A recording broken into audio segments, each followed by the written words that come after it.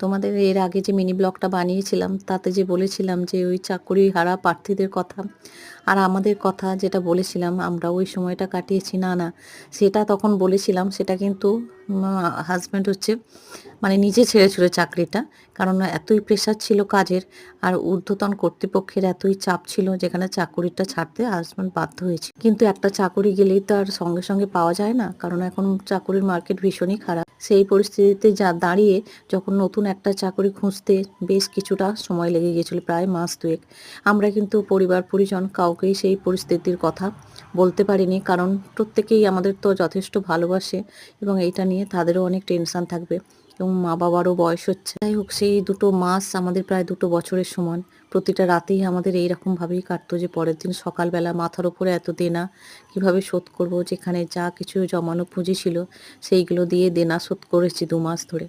তার সাথে বাচ্চার যত্ন আত্তি, খাওয়া দাওয়া, তার ট্রিটমেন্ট সব কিছু। যে কোনো কঠিন পরিস্থিতিতে আমাদেরও পরীক্ষা দিতে হয়, ভগবান আমাদের ধৈর্যের পরীক্ষা নেন যে আমরা এই কঠিন পরিস্থিতিতে কিভাবে আমরা ধৈর্য ধরে সব কিছুকে হ্যান্ডেল করতে পারি। যাই হোক, ভগবানের অশেষ কৃপায় সেই 2 মাস আমরা কোনো রকমে কাটিয়ে উঠতে পেরেছিলাম। সেটা করোনা কালেরও প্রায় বছর দেড়েক আগের কথা। তারপরে হাজব্যান্ড আর একটা কোম্পানিতে জয়েন করলো এবং সেখানে আস্তে আস্তে করে কাজের মধ্যে যুক্ত হওয়ার পর আস্তে আস্তে সেখানে মাইনে পেল। তারপরে আস্তে আস্তে করে আবার স্বাভাবিক জীবনে আমরা ফিরে এলাম।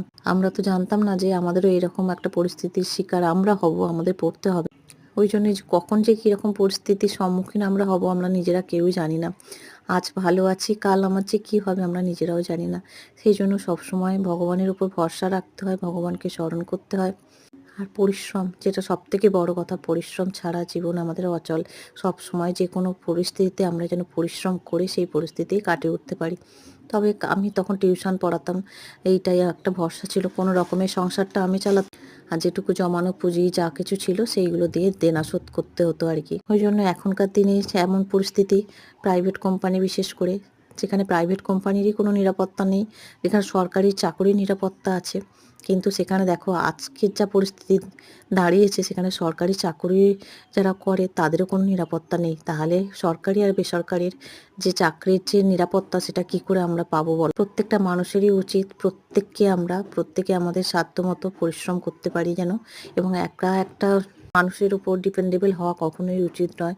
উভয়কেই পরিশ্রম করতে হবে এবং উভয়কেই কিছু না কিছু কাজের সাথে যুক্ত থাকতে হবে, যাতে কোনো রকম এরকম পরিস্থিতি আসলে আমরা যেন দুজনে মিলে কাঁধে কাঁধ রেখে সেই পরিস্থিতিকে কাটিয়ে উঠতে পারি এবং কিছুটা হলেও বরকে বা পরিবার পরিজনকে সাপোর্ট করতে পারি। ওই জন্য প্রত্যেক মেয়েদেরই কিছু না কিছু করা উচিত, তাই না?